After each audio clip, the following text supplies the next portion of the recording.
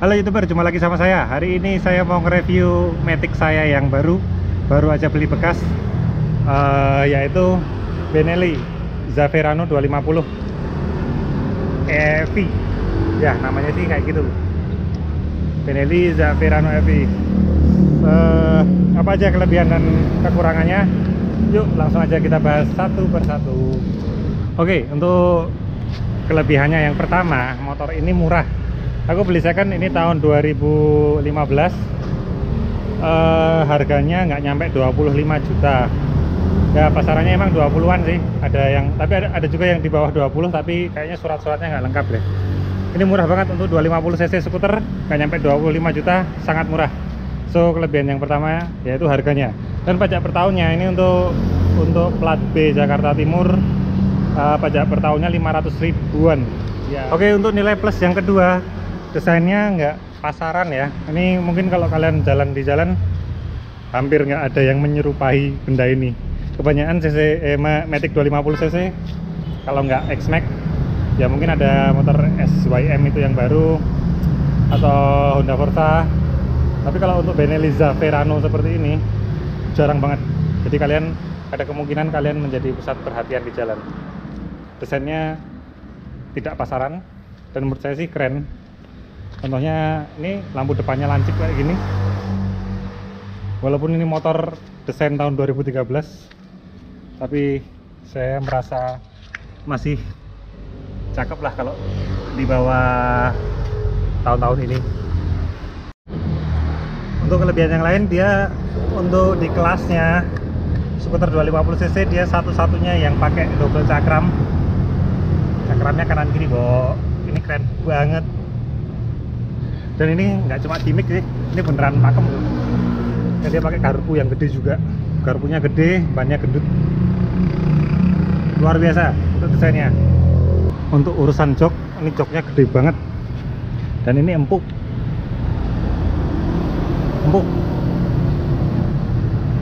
Saya malah merasa ini kenyal ya. Jadi bukan sembarang empuk busa padat gitu, tapi ini kenyal. Sangat enak di jalan. Dan ini ada penopang lumbar, penopang pinggang belakang. Ini nyaman banget di jalanan. Dan ini lebar, Bro. Lebar sekali. Jadi kalau kalian bertubuh gendut dengan pantat besar, dia bisa tertopang dengan enak. Termasuk jok belakangnya gede banget. Jadi yang pemboncengnya nggak capek duduk ya. Ini gede banget soalnya. Kelebihan selanjutnya, behel belakangnya ini udah ada tatakannya buat masang apaan tuh. Behel belakangnya udah siap buat masang bracket, tinggal dikasih adapter, pasang base plate-nya, dan kita punya bracket untuk top box belakang ini. Oke, untuk kelebihan yang lainnya lagi, ini apa namanya, visornya gede dan dia nyambung sama stang. Jadi kalau stangnya belok kiri, visornya ikut belok kiri, kayak Vespa gitulah. Nah, kelebihan ini membuat kalau kita masang alat GoPro atau bracket HP gitu, dia nggak ketabrak sama visornya sendiri. Ini desainnya jadul sih, tapi menurutku berguna buat saya. Gimmick yang lumayan lah. Visornya juga gede, tapi untuk tinggi badan di atas 180 ya tetap aja sih masih banyak angin yang kena. Well, lampunya ada dua pasang, yaitu yang atas lampu dekat, yang bawah lampu jauh, tapi keduanya sayang sekali masih pakai bolam ya, jadi bukan pakai LED. Ya bisa diganti LED sih, tapi biasanya kalau LED dipasang di reflektor biasa kayak gini malah bikin silau. Ya kayak gini nih, double lampu dekat ada dua, lampu jauh ada dua, keren banget. Tapi karena bukan LED, ya harap maklum kalau cahayanya pas-pasan. Makanya biasanya ditambahin lampu tembak, yang ini ternyata gede banget, norak kan. So ya seperti itulah kondisi lampunya. Dan untuk seinnya ada di sini, di bawah ini. Kalau sein dan lampu belakang udah LED ya, keren dan sangat terang sih. Kita tes aja nyalanya kayak apa. Oke, ini dia nyalanya. sangat keren.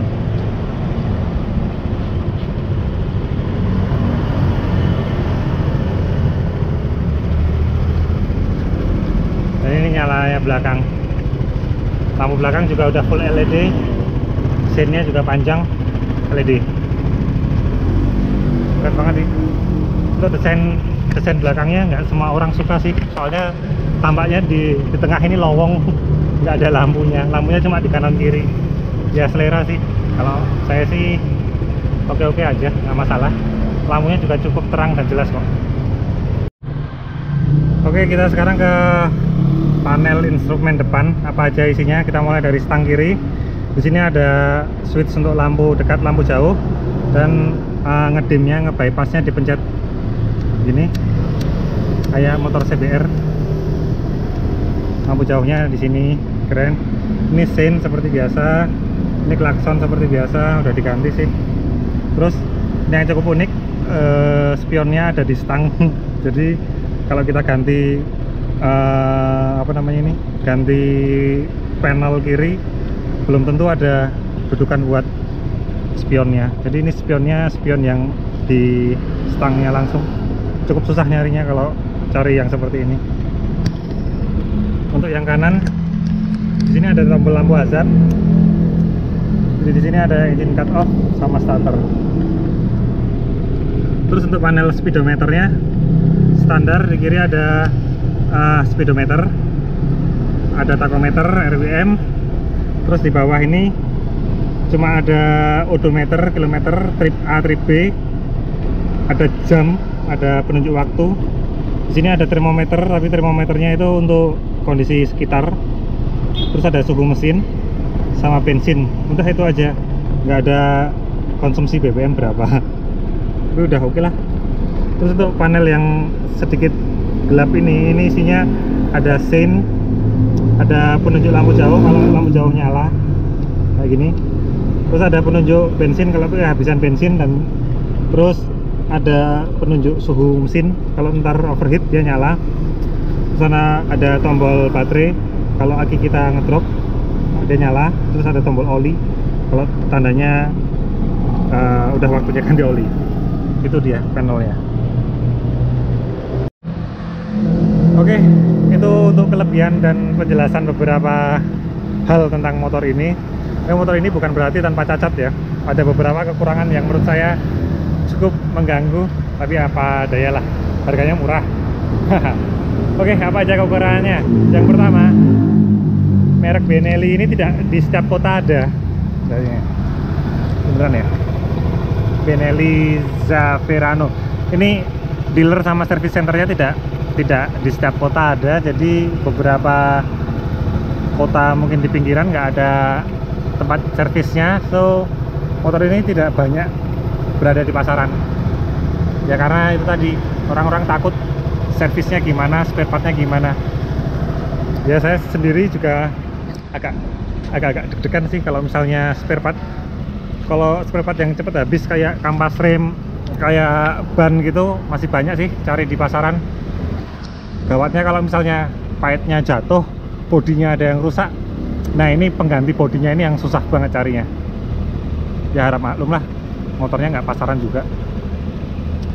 Terus minus yang lain tuh salah satunya stangnya berat, komstirnya ini berat banget. Beratnya itu mungkin karena banyak gendut dengan cakram double. Jadi kalau kalian nikung, kalau kalian nggak hati-hati, stangnya bisa ikut ke bawah nikung, jadi dia nggak balance banget. Jadi stangnya selalu mengajak untuk ikutan ke kanan ke kiri gitu. Berat stangnya. Mungkin kalau ditambahin stabilizer lebih oke lah. Tapi ini cuma perasaan saya aja kali ya. Mungkin saya nggak biasa motor ini. Tapi setelah akhir-akhir ini terbiasa, rasa-rasanya sih ya standar-standar aja, nggak berat-berat banget gitu. Kelemahannya yang tadi saya bilang, karena ini lampunya masih halogen, cahayanya pas-pasan di jalanan. Jadi kalau kalian buat touring ditambahin lampu lampu bantuan, lampu fog lamp, so harus ada biaya modifikasi lagi lah gitu. kelemahan yang selanjutnya di sini nggak ada fitur laci ya. Kalau di Forza atau NMAX udah ada kantongnya, di sini ada kantong kecil aja. Ini rawan banget jatuh, jadi jangan menyimpan barang apapun di sini. Di sini nggak ada kantong apa-apa di baut. Di sini ada kotak, tapi kalau kita buka isinya juga kecil banget, cuma 2 kantong. Ini buat naruh toolbox kayaknya. Dan ini nggak anti air deh, kayaknya air masih bisa nembus. Dan ngapain juga ada kotak di sini kalau kita harus nyopot kunci dulu untuk bukanya, kan nggak efektif banget. Kita harus butuh kunci gini. Waduh, kuncinya nggak mau nutup lagi. Nah gitu, kotaknya ada kuncinya, tapi ya ini nggak efektif lah kalau buat naruh HP. Masa ya kita mau buka harus pakai kunci. Mungkin kalau rumah kuncinya diganti pencetan lebih oke sih. Udah itu tuh. Di sini juga nggak ada charger, jadi saya harus nambahin charger eksternal. Dimana yang lain udah nyediain USB, nyediain lubang cas, dia sama sekali belum, jadi saya harus nambahin. Jaga-jaga buat ngecas touring, buat ngecas HP di jalan gitu.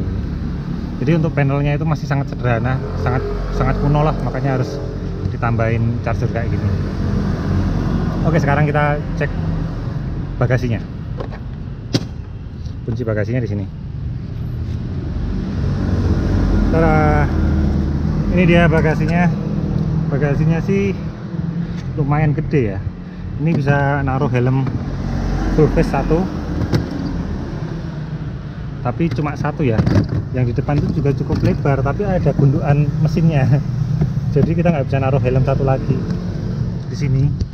Ya mungkin bisa kalau half face kecil bisa naruh sini. Overall bagasinya gede sih, cukuplah buat touring 2 malam 3 malam di sini. Udah gitu bisa ditambahin top box lagi, jadi ya cocok banget lah. Bagasinya gede, bisa ditambah toolbox. Oh, helm full face, helmku gede banget loh ini, dan masuk dengan normal. Ini juga ada hidroliknya, jadi kita nggak perlu nahan. Cuma emang nggak ada lampu, jadi kalau malam gelap banget nih, nggak bisa ngecek isinya. Gitu, itu dia kelemahan sama kelebihan yang saya tahu ya. Nanti kalau ada update terbaru akan saya kabari segera. Oh ya, dia bukan pakai monoshock, dia masih double. Dan ini pakai 34 cm kalau nggak salah. Jadi sebenarnya banyak kok di pasaran shock breakernya. Kita bisa ganti yang lain yang lebih empuk, bisa. Pada dasarnya ini motor ini udah empuk banget. Nanti kita akan coba test drive kayak apa di jalan, seperti apa enaknya motor ini. Well, halo YouTuber, jumpa lagi sama saya. Nih, saya lagi nge-review tes jalan si Benelli Zaverano 250. Apa ya, impresi saya yang pertama itu motor ini empuk. Iya, suspensinya jauh lebih empuk daripada si X-Max ya. Soalnya saya cuma pernah nyoba si X-Max, yang lain belum. Tapi ini beneran empuk nih, empuk, asik banget. Joknya juga sangat empuk, kenyal gimana gitu. Terus impresi yang lain untuk posisi duduknya nyantai ya, jadi nggak ndelosor, tapi duduk cantik kayak naik Vario gitu. Kurang besar sih kalau untuk tinggi badan seperti saya, jadi kurang nyantai gitu, kurang ndelosor. Tapi overall ini nyaman, tegap dan nyaman. Udah jauh lebih dari cukup lah daripada dari Scoopy. Ya kecil banget. Oke, kalau soal duduknya nyaman, panel instrumen oke, jelas dan kelihatan besar banget. Terus review apa kalau di jalan gini? Review mesin aja ya. Kita coba ngegas. Kita bandingin sama motor-motor depan. Aduh, so-so lah. Untuk soal mesin kayaknya biasa aja deh, tariannya nggak jambak-jambak banget.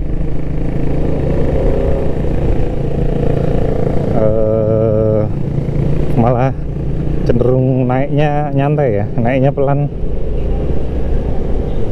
nggak kasar, nggak agresif lah, naiknya pelan dan it's okay. Namanya juga motor matic, dan motor matic ya ngapain sih ngebut agresif.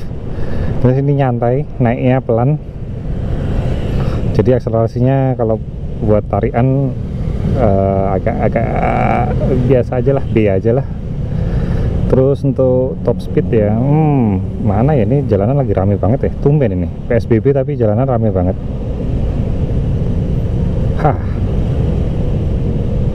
Oke, bentar, kalau ketemu jalur kosong kita cek kecepatannya.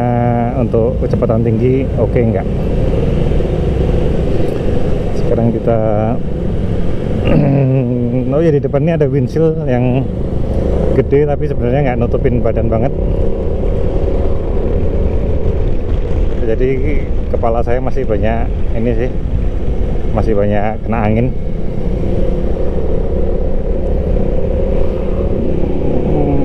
Biasa aja. Sekarang kita tes kecepatannya, tapi emang jalanan lagi rame deh. Aduh, ada yang pelan lagi.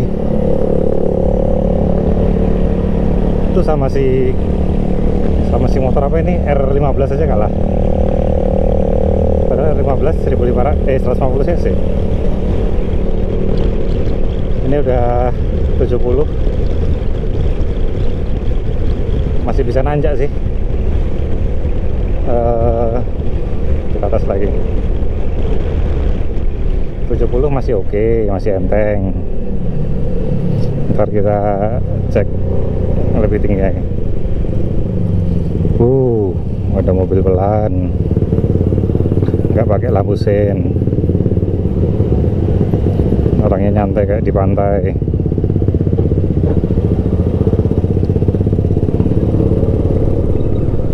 Oh, sambil makan gorengan ternyata.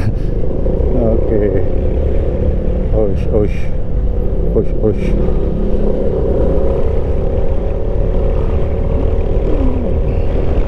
Oh ya, untuk tariannya emang nggak jambak sih. Ini tadi tergolong pelan. Aja lah, tarik aja biasa aja. Kecepatan tadi 80 juga biasa aja. Kita coba buat nikung.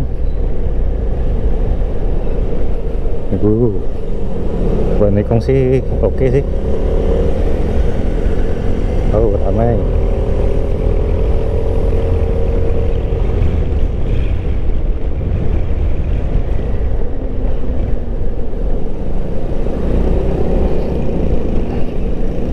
Nggak nemuin jalanan sepi nih, jadi ya nggak bisa tes speed.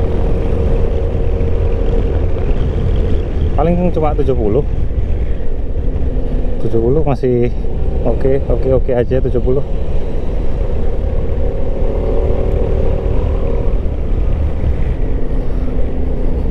buat nikung miring,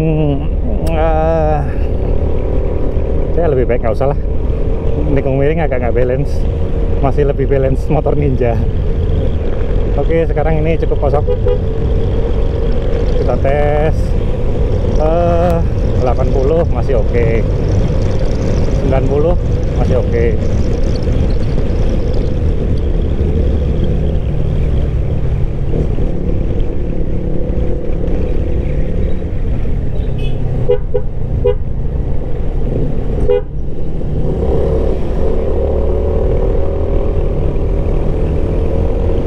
Ya, tapi ya 90 kayaknya udah segitu deh.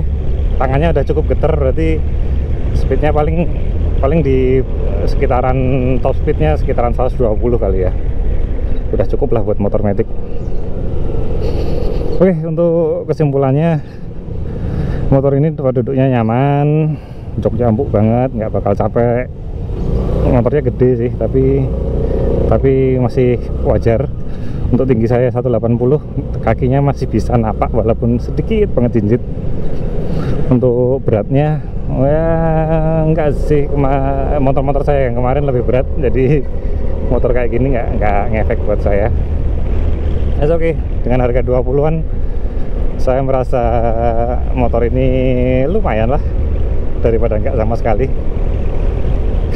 Ya lah kalau daripada nggak, tapi pembandingnya apa ya, X-Max lebih keren, lampunya udah LED, yang ini masih standar. Itu 250 cc, lumayan kenceng. Ya kalau kalian kebetulan nemu dan kalian ada di kota besar yang dimana servisnya mudah, ya beli motor ini nggak ada salahnya lah. Kebetulan di Jogja ada service centernya sih, jadi no problem. Lumayan lah buat gaya-gayaan. Besok saya update kalau saya touring jarak jauh ya. Mau nge-review gimana rasanya kalau touring jarak jauh pakai motor Matic gede. Oke, gitu dulu vlog dari saya. Kalau kalian ada pertanyaan, langsung aja tulis di kolom komentar. Kalau kalian suka video ini, jangan lupa klik like dan jangan lupa subscribe ya untuk nonton video saya selanjutnya. Oke, gitu dulu. Dadah, assalamualaikum.